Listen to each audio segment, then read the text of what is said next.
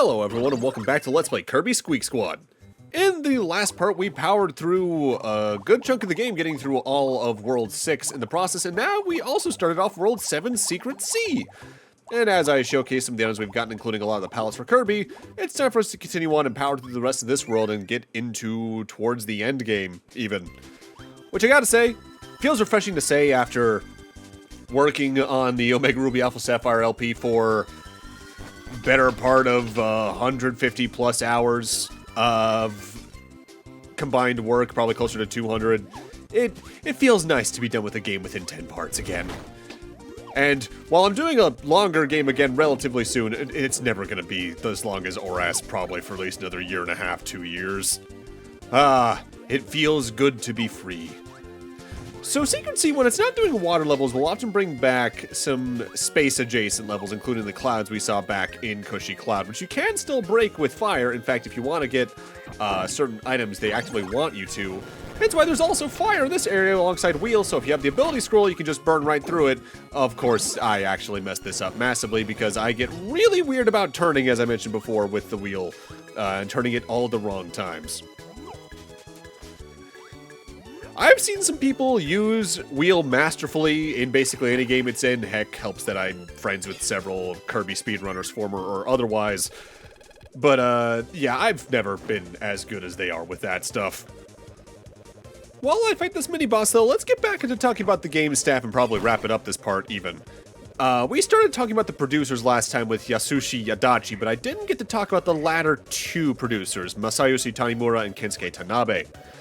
Masayoshi Tanimura started working in the industry with Kirby 64 actively, seemingly, as a producer.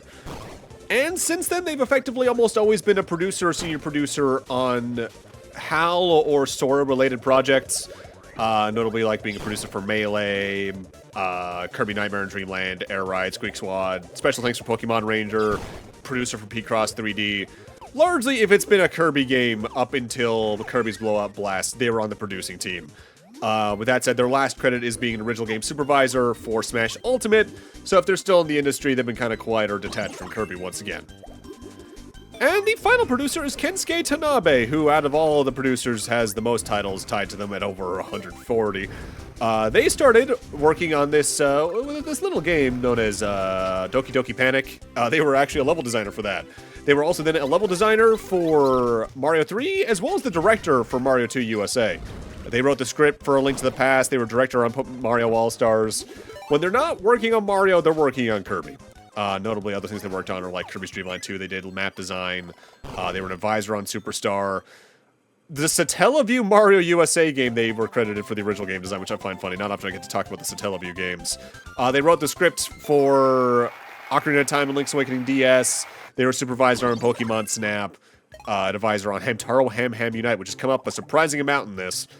Project management on Star Fox Assault, my somewhat beloved Canvas Curse, Battalion Wars, they were a producer, Mario Strikers, they were a producer. Their more recent titles that they're actively listed in, that's not just listing them in the credits for the original game release, was really WarioWare Move It. They were on the producing team, as well as Metroid Prime Remastered. The most recent credit, technically in that regard, is Donkey Kong Country Returns HD, but that's as original game supervisor. And the only credit left to talk about is the executive producer, who is a name I think we all know pretty well, Satoru Iwata. I could list the things he's worked on, but we all know him pretty well if you're any kind of familiar with the Nintendo fandom, and just the impact he had on several games that we all played growing up, be it compressing Gold, Silver, Crystal, and all that, so they could actually fit in more to the game. I think doing a lot of Earthbound's programming to begin with and all that. He was a friend to basically anyone who worked at Nintendo, and I remember actively tearing up when Sakurai was working on a YouTube channel for a good while there, which he considered that project wrapped up, but one of the last things he did in that was talk about Iwata's legacy, and I got misty-eyed watching that. That was a real friendship, you can tell, and too young. Either way, our next large treasure chest is another race to one with Spinny, which, thankfully, the door's right there, so you don't need to worry about it too much as long as you can outpace him, which is very easy to do in the water. While Kirby doesn't do the best at ascending in the water. Descending is actively a very good skill of his in that regard, because you can just hold the down D-pad direction and you'll move so much faster. So right there we got the ability scroll for bomb, and at the end of last time we got the ability scroll for the throw ability. So let's talk about those really quick. What's funny about that is both of them actively have very similar effects, and that they're very similar to what Sword's ability scroll was. Specifically, you can get elemental properties on them. By combining the bomb ability with either ice or spark, you can get ice or thunder bombs that allow you to use those elements in more ways. But that said, there's no fire combination like with Sword for bomb, since it already has fire properties by default. Meanwhile, throw will allow you to throw enemies, and they'll gain the attributes of the enemies you grab. So say if you grab the fire enemy, the throw will also count as a fire projectile. Same with ice enemies, and electric with the spark enemies. Also worth noting is my memory. I think this is the last game throw has been in since. I think it's an Adventure, Nightmare in Dreamland, Amazing Mirror in this, and then it hasn't been seen again since. Probably because they, to my memory, kind of looped in some of its abilities with Fighter later on.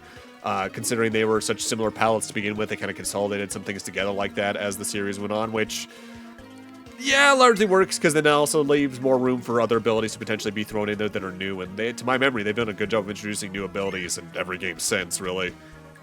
This level sticks in my mind for a specific reason, but this is also one of the best levels to get some good use out of beam in, as you may have already noticed.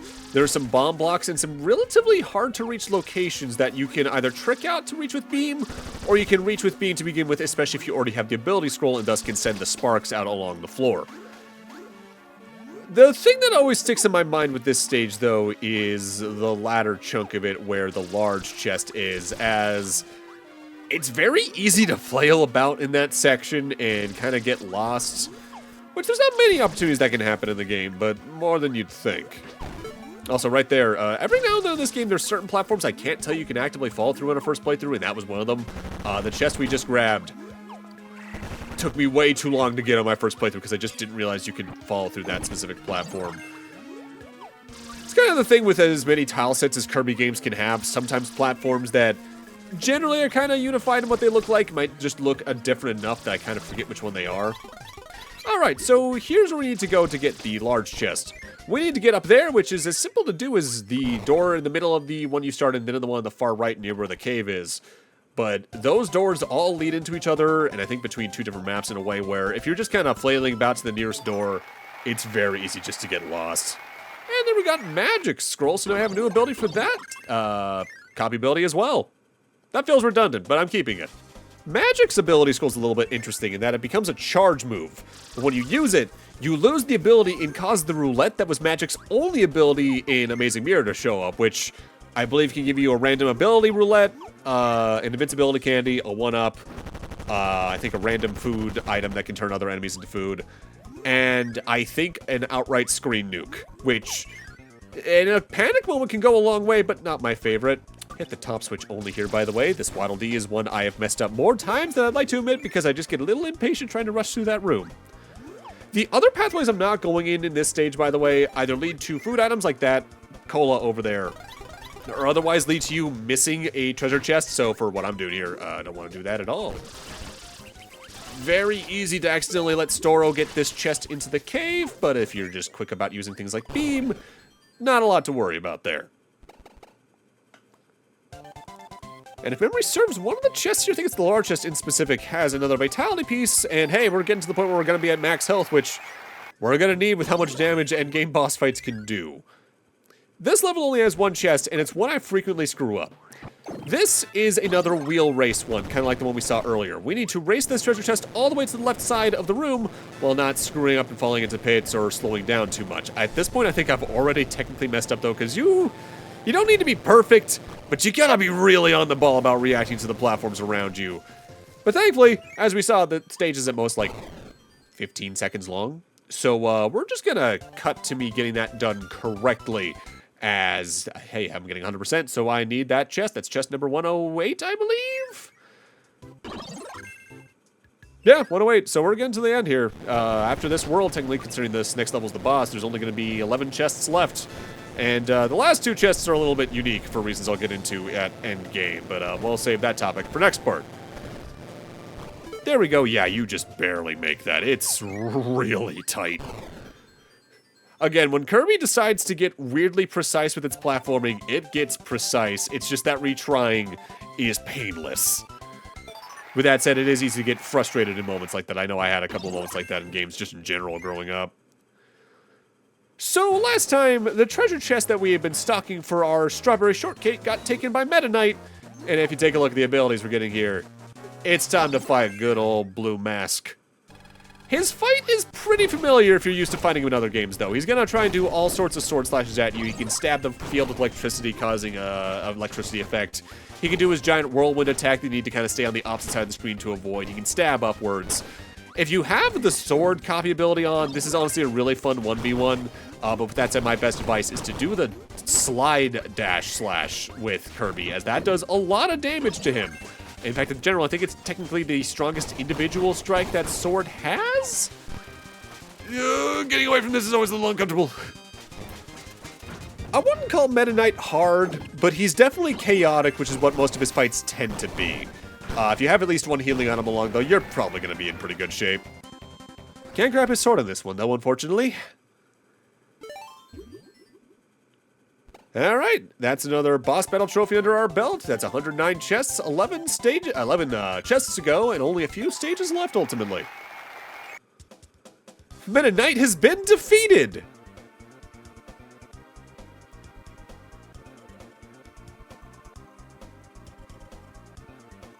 The chest holding the strawberry shortcake is at hand!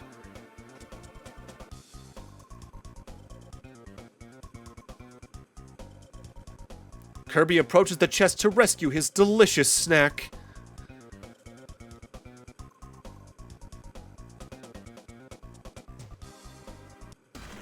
It's the Squeaks! They followed Kirby!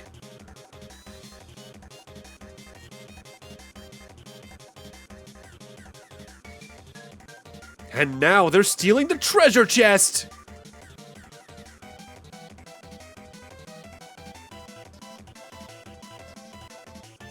Without hesitation, the Squeaks open the chest!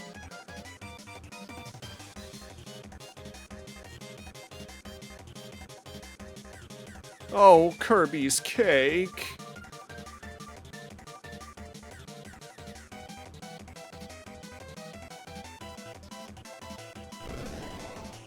But there's no cake in the chest!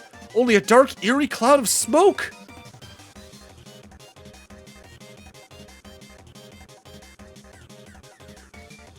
The smoke envelops the Squeaks and disappears into space.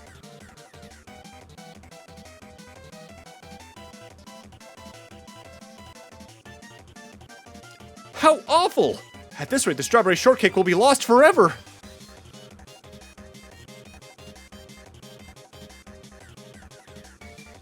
Kirby must find the cake and solve the mystery of the creepy smoke!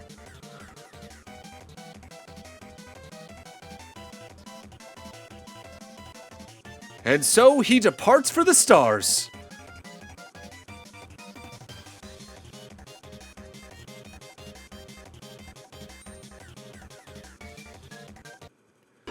With that, we have now gained access to the final world in the game with a very familiar looking sprite on the world map.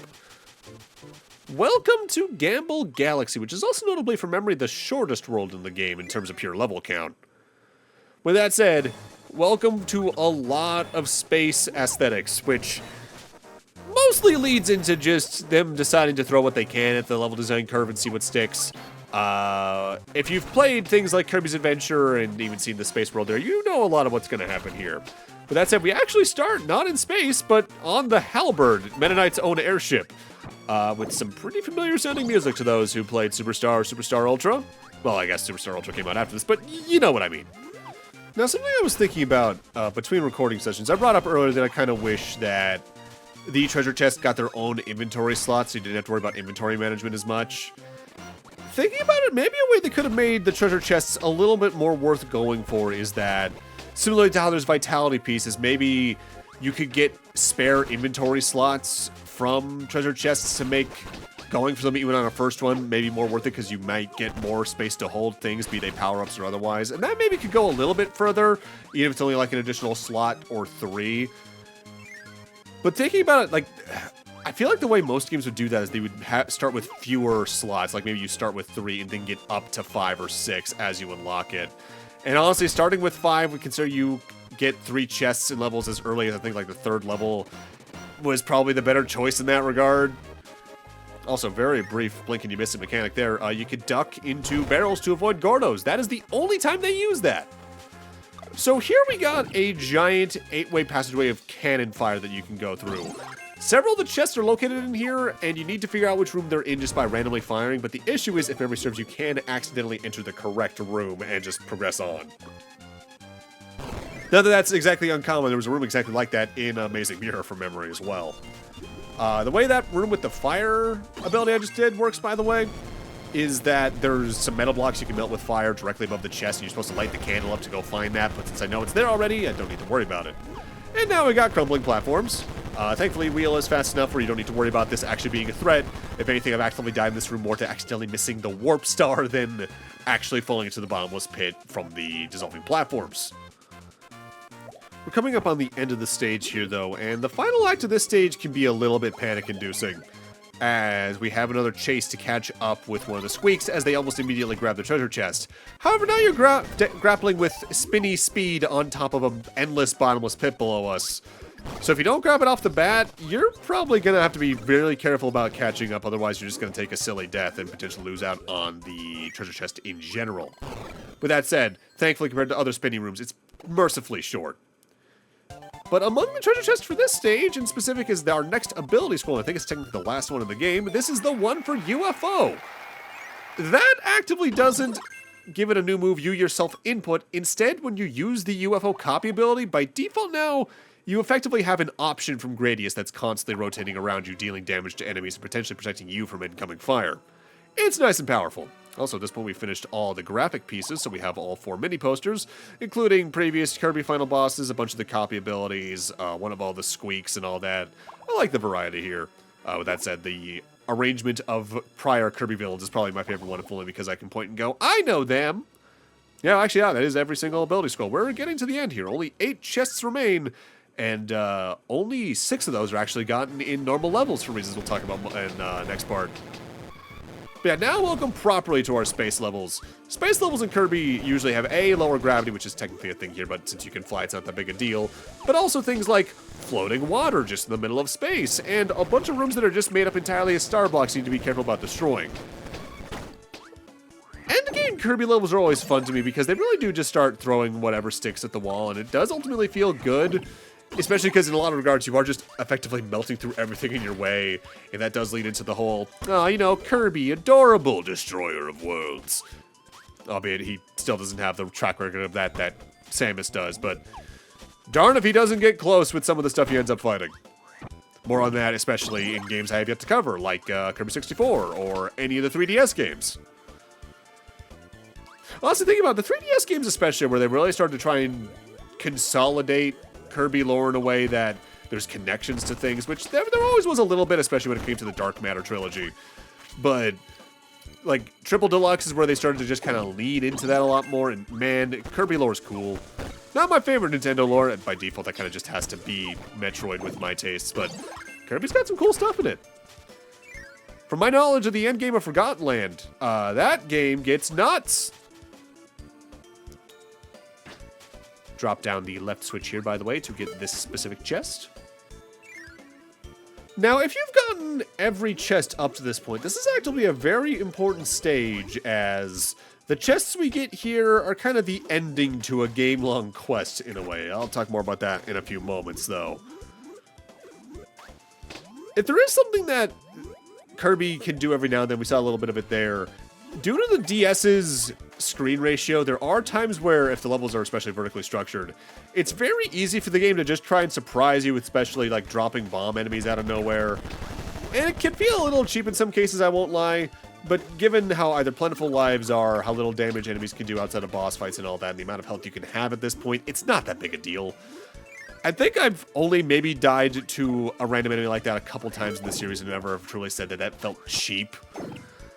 Really off the top of my head from what I remember playing, the only times it really does feel cheap is, oh, this timer's weirdly strict, but you can just exit and re-enter the room in a lot of cases to do it over again. Usually. Some games, not so much. Sometimes you have to revisit the level and all that, but again, that's not too bad.